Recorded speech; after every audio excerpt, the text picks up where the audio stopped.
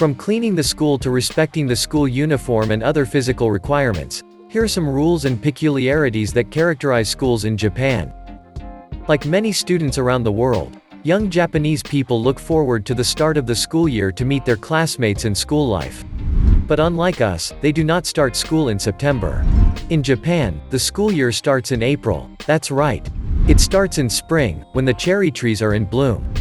Japanese students start school with the return of the beautiful days, and their school year is divided into 3 terms, from the beginning of April to the middle of July, then from the beginning of September to the end of December, and finally, from the beginning of January to the beginning of March. This allows them to have vacations in every season, including several weeks in the summer. However, because of this unique educational system, Japanese school children only have 2 or 3 weeks at most between one school year and another. In other words, they don't have a big vacation at the end of the year. On the other hand, because of this difference between Japanese and Western schools, older students might find it difficult to start the school year in September in case they have to continue their studies abroad. But Japanese people are used to their educational system, and they wouldn't want to see trees losing their orange leaves instead of cherry blossoms during the first day of school. Well, here's what sets them apart from the rest of the world's schoolchildren. Japanese students eat lunch at school, a practice that dates back to 1889 in Japan. And like the rest of us, they like to eat good food. And some may even crave a good hamburger or steak fry for lunch. But in Japanese schools, especially in elementary and middle schools, there are no hamburgers or steak and French fries, but a good, healthy and balanced meal, carefully prepared by chefs with seasonal products, and whose menu is decided by nutritionists. Students are given plates of vegetables, fish, meat, soup and rice, plus a bottle of milk. They share their meals in class, sometimes with their teacher, which makes their relationship with the teacher more friendly. Through this balanced diet, the students acquire the essential nutrients necessary for their health and growth, although these meals are not always to their liking. But they know they have no choice, and they are encouraged to use their chopsticks to the last grain of rice, so as not to waste food. Thanks to these school lunches, Japanese students enjoy good health and are even considered among the healthiest children in the world, with one of the lowest obesity rates. Do you like this video? Then, don't forget to give us a like, subscribe to the channel and activate the bell to receive all the notifications and not miss anything of our next publications. Let's continue. After having a good day at school, Japanese students often look forward to going home or to their clubs to do other activities. But before they leave school, they have one more task to do: clean up their school. Japanese students are taught to clean their school from a very young age.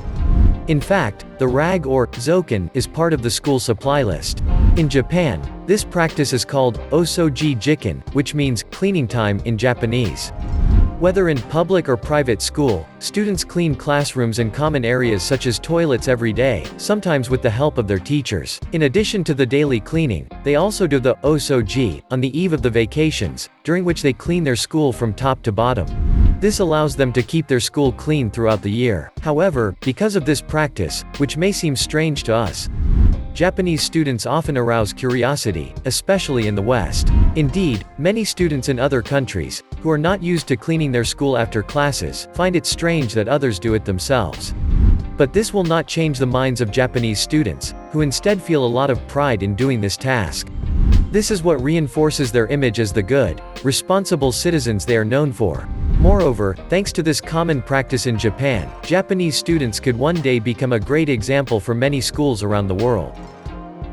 Every school day, Japanese students get ready for school and pay special attention to their attire in order to appear properly dressed.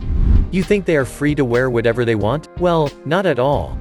Because in Japanese schools, students wear the school uniform, called seifuku.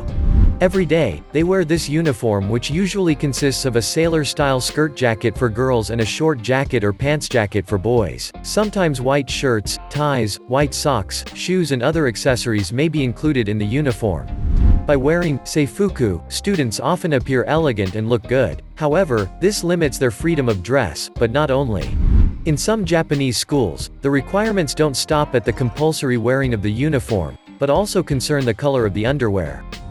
And then, beyond the clothing aspect, these rules can also concern the physical appearance, which reduces even more the freedom of the students. No accessories, no makeup and no hair dye either, unless it's to have jet black hair. Again, some schools force their students to adopt a uniform hairstyle. to the point where they require straight, perfectly black hair for everyone. This is a traumatic rule for many students who have to dye their hair if it is not black enough. While in other schools, they have to prove that the light color or the curls of their hair are natural.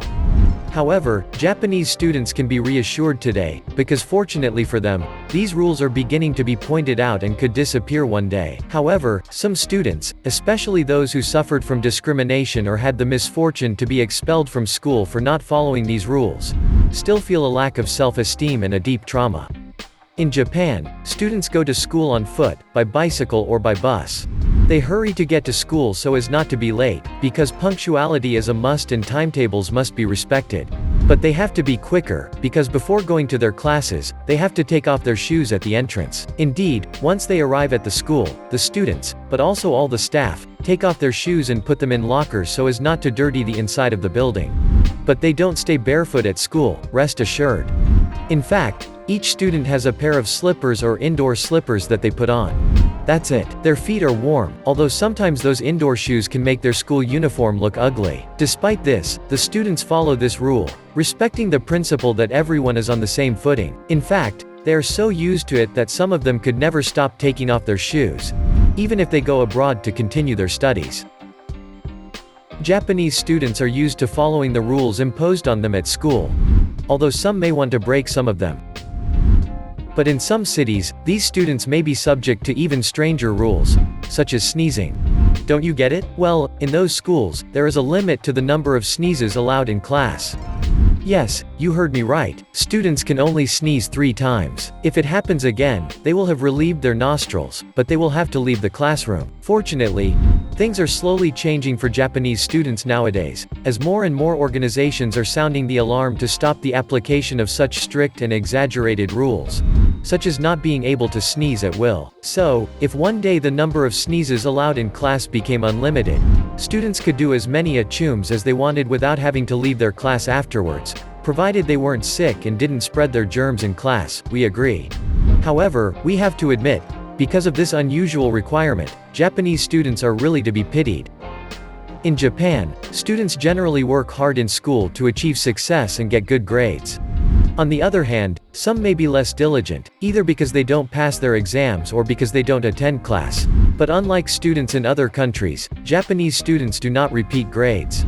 That's right. In Japan, especially in primary and junior high school, students do not have to repeat a grade, regardless of their results. They spend their school year quietly, without worrying about their results. At the end of the year, they move on to the next grade. That's a great advantage. However, there are some disadvantages to this, because moving up does not mean that these students will do well.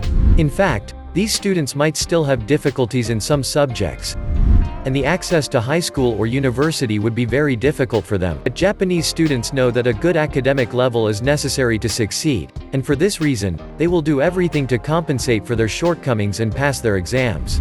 Wow! To the dunces, Japanese students are really lucky people.